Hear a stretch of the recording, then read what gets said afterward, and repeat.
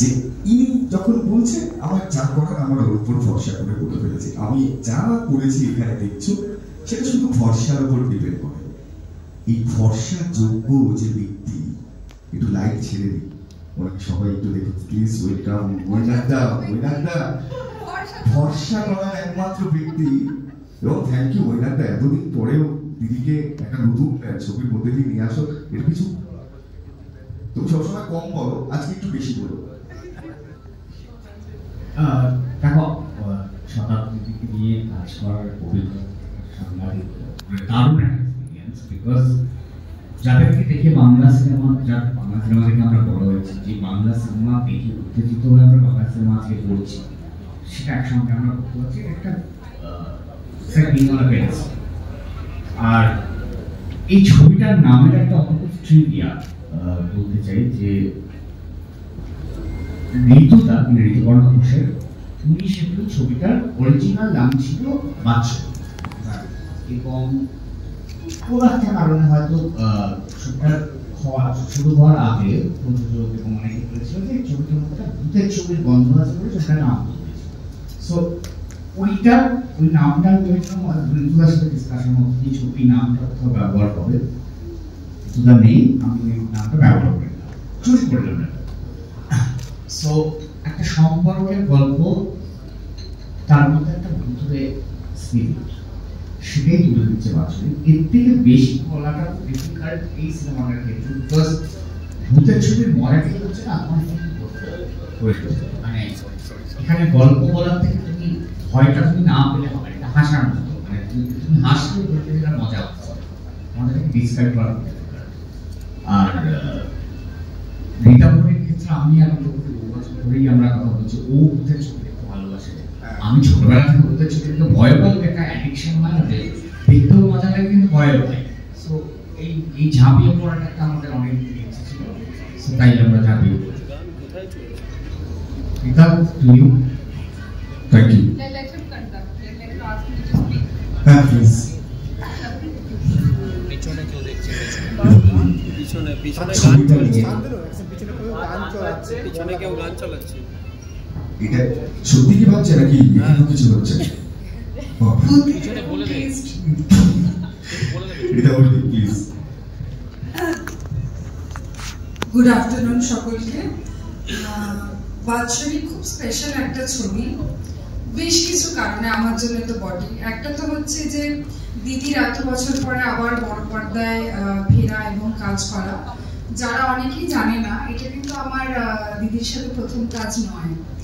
আমার যখন 6-7 বছর বয়স, দিদি জ্যোতির্ময়ী দেবীর গল্পে কালো মেম বলে একটি টেলিফিল্ম আমার মা ডিরেক্ট করেছিলেন, তাতে আমি একটা জুনিয়র চাইল্ড আর্টিস্টের পার্ট করেছিলাম। ওনাকে এসে একটা বই দিয়েছিলাম, বইটা নিয়ে নিলাম, আমি তারপরে চলে গেছিলাম।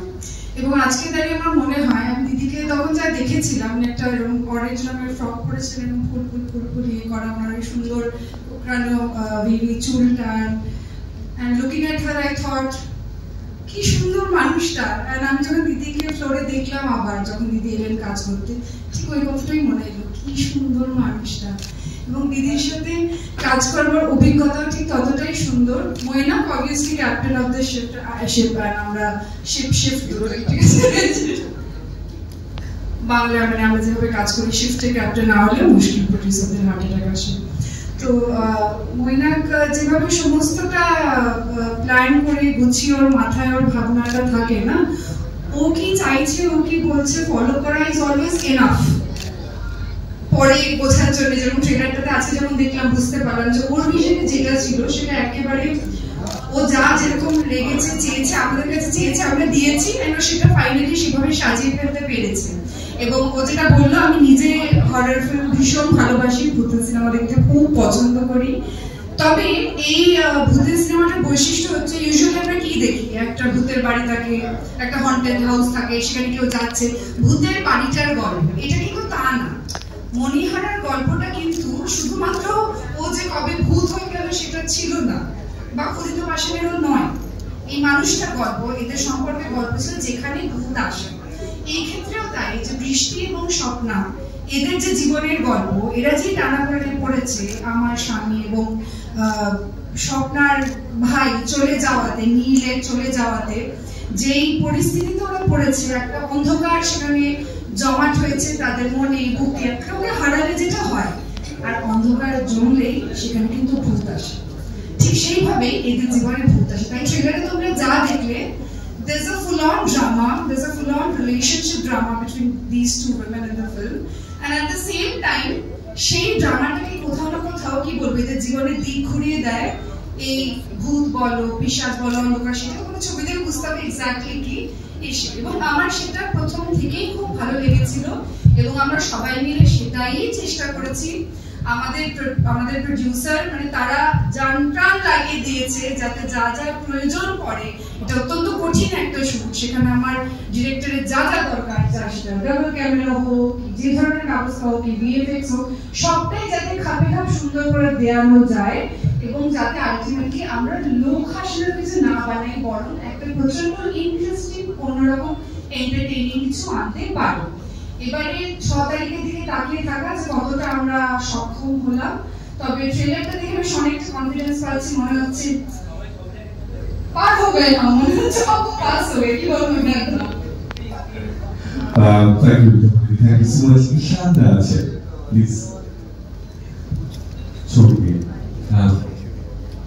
First of all, thank you so much, Moina, for giving me this opportunity.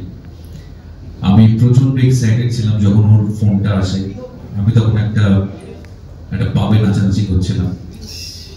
আমি প্রথমে ফোনটা শুনতে পাইনি, তারপরে দেখলাম একটা ফোন এসছে, কল্ড হিম ব্যাক। আমাকে বলছে, এই মৈনাক বলছি। হ্যাঁ, বলে মৈনাক বলছি, হ্যাঁ একটা ছবি আছে, করবি? Yes, I will do it, that's it. হ্যাঁ, লিটারালি স্টপ। তারপরে দেবাশিসদার ফোন আসলো, দেবাশিসদা বললো শোনো ভেবেছি, এবং তারপরে ইন্দ্রনীল রয়। ইন্দ্রনীলদা কোথায় আছে? ইন্দ্রনীলদা আমাদের বস। ইয়েস। তো আমি এরপরে যখন কাস্টিংটা শুনলাম, যখন বললো যে দিদি আছেন, রীতা বড়ি আছে, আমি এক পা এগিয়ে গেলাম। প্রত্যেক অ্যাক্টরের জন্যই এটা খুব ইম্পর্টেন্ট, এরকম একটা ছবি করা যেখানে কো অ্যাক্টরস তাদের থেকে অনেক কিছু শেখা। এবং I have been seeing them working television and films for a long time. I always wanted to share the screen. সেটা হয়েছে। Thank you so much, Moina. Thank you so much, everyone, like almighty. এবং আমাকে ট্রেলারে দেখা যায়নি কারণ আমি ভূত হয়ে ঘুরছিলাম। So বাকিটা বলবো না, বাকি you see actually whether I'm a ভূত or what's happening, এটা সিনেমাটা দেখতে হবে। So thank you so much producers for supporting us. Thank you. Thank you, Ishanta. Thank you so much. এই এত কিছু সম্ভব হচ্ছে যাদের জন্য